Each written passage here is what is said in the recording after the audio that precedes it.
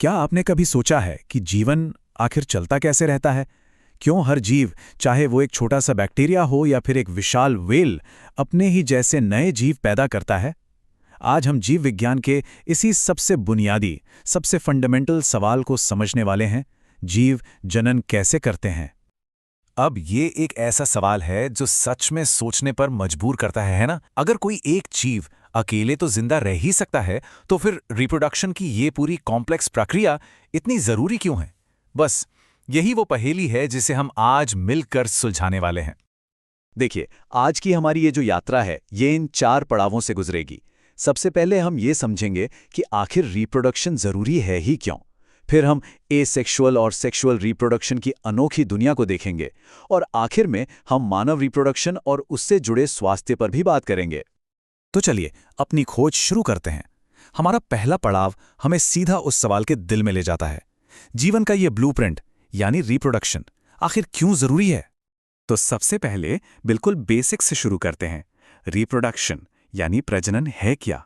ये वो biological process है जिसके जरिए कोई भी लिविंग ऑर्गेनिज्म अपने जैसे नए इंडिविजुअल्स को जन्म देता है। सिंपल। तो ये रहा हमारे पहले सवाल का जवाब। देखिए, रिप्रोडक्शन किसी एक अकेले जीव के लिए नहीं, बल्कि पूरी स्पीशीज मतलब पूरी प्रजाति के अस्तित्व के लिए जरूरी है। इसे ना एक रिले रेस की तरह सोचिए, जहां डीएनए वो मशाल है जिसे हर पीढ़ी अगली पीढ़ी को सौंपती जाती है ताकि रेस चलती रहे। लेकिन यहाँ एक मजेदार बात है। ये जो डीएनए कॉपी करने का प्रोसेस है ना, ये कभी भी 100% परफेक्ट नहीं होता। हर बार जब डीएनए कॉपी होता है तो उसमें छोटे छोटे बहुत ही मामूली से बदलाव आ जाते हैं। इन्हें ही हम डीएनए वेरिएशन कहते हैं, और यही वेरिएशन एवोल्यूशन यानी विकास का कच्चा माल है। अब देखिए कि ये वेरिएशन कितना पावरफुल हो सकता है। सोचिए, जब बैक्टीरिया पर एंटीबायोटिक का हमला होता है तो ज्यादातर तो मर जाते हैं, लेकिन कुछ बैक्टीरिया जिनमें किस्मत से एक ऐसा वेरिएशन होता है जो उन्हें बचाता है, वो जिंदा रह जाते हैं। फिर वो मल्टीप्लाई करते हैं और देखते ही देखते एक पूरी की पूरी एंटीबायोटिक रेसिस्टेंट पॉपुलेशन तैयार हो जाती है। तो हमने ये तो समझ लिया कि डीएनए को अगली पीढ़ी तक पहुंचाना कितना जरूरी है, लेकिन ये होता कैसे है? चलिए अब इसके पहले तरीके को समझते हैं। हमारा दूसरा खंड, एसेक्सुअल रिप्रोडक्शन यानी क्लोन की दुनिया।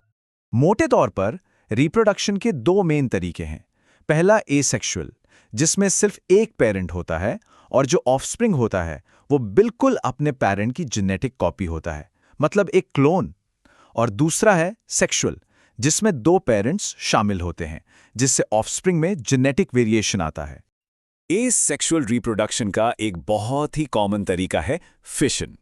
ये खासकर सिंगल सेल्ड ऑर्गेनिजम्स में होता है, जहां पेरेंट सेल बस 2 या उससे ज्यादा डॉटर सेल्स में स्प्लिट हो जाता है। इसके 2 बहुत अच्छे उदाहरण हैं, जैसे अमीबा जो बाइनरी फिजन के जरिए 1 से 2 में बढ़ जाता है।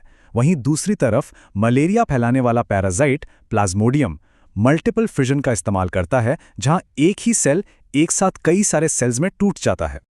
एक और बड़ा फैसिनेटिंग तरीका है बडिंग। इसमें क्या होता है कि पेरेंट के शरीर पर एक छोटा सा आउटग्रोथ, जिसे बड कहते हैं, वो बनता है और फिर वही डेवलप होके एक बिल्कुल नया ऑर्गेनिज्म बन जाता है। इसका सबसे बढ़िया प्रैक्टिकल एग्जाम्पल तो हमारे अपने किचन में है। ब्रेड बनाने में जो यीस्ट इस्तेमाल होता है ना, वो गर्म आटे में बडिंग के जरिए ही इतनी तेजी से मल्टीप्लाई होता है। इसी से वो गैस बनती है जो ब्रेड को फुलाकर स्पंजी बना देती है। अच्छा, एसेक्सुअल रिप्रोडक्शन के और भी कई तरीके हैं, जैसे स्पोर फॉर्मेशन, जहां ब्रेड मोल्ड राइजोपस मुश्किल हालात से बचने के लिए स्पोर्स बनाता है। फिर है फ्रैगमेंटेशन, जिसमें स्पाइरोजीरा जैसा जीव टुकड़ों में टूटकर नए जीव बना लेता है। और हाँ, वेजिटेटिव प्रोपगेशन, जहां पौधे का कोई हिस्सा जैसे आलू की आंख से ही एक नया पौधा उग जाता है। तो हमने देखा कि एसेक्सुअल रिप्रोडक्शन काफी तेज और सिंपल है, लेकिन इसमें वेरिएशन की गुंजाइश नहीं होती। अब हम रिप्रोडक्शन के दूसरे तरीके यानी सेक्सुअल रिप्रोडक्शन की कॉम्प्लेक्स दुनिया में कदम रखते हैं, जो वेरिएशन पैदा करता है। और इसकी शुरुआत हम पौधों से करेंगे। किसी फूल में रिप्रोडक्शन को समझने के लिए उसके पार्ट्स को जानना बहुत जरूरी है। जो मेल पार्ट है यानी स्टेमन, उसमें एंथर होता है जो पोलन ग्रेन्स बनाता है, और जो फीमेल पार्ट है यानी कार्पल, उसमें स्टिग्मा होता है जो पोलन को रिसीव करता है, और ओवरी जिसके अंदर ओव्यूल्स होते हैं। अगला जरूरी स्टेप है पॉलिनेशन यानी परागण। ये बहुत सिंपल है। जब pollen grains male part anther से निकलकर फीमेल पार्ट स्टिग्मा तक पहुंचते हैं तो इसी प्रोसेस को पॉलिनेशन कहते हैं। पॉलिनेशन के बाद आता है फर्टिलाइजेशन। होता क्या है कि पोलन ग्रेन स्टिग्मा पर पहुंचकर एक पोलन ट्यूब बनाता है जो ओव्यूल तक का सफर तय करती है।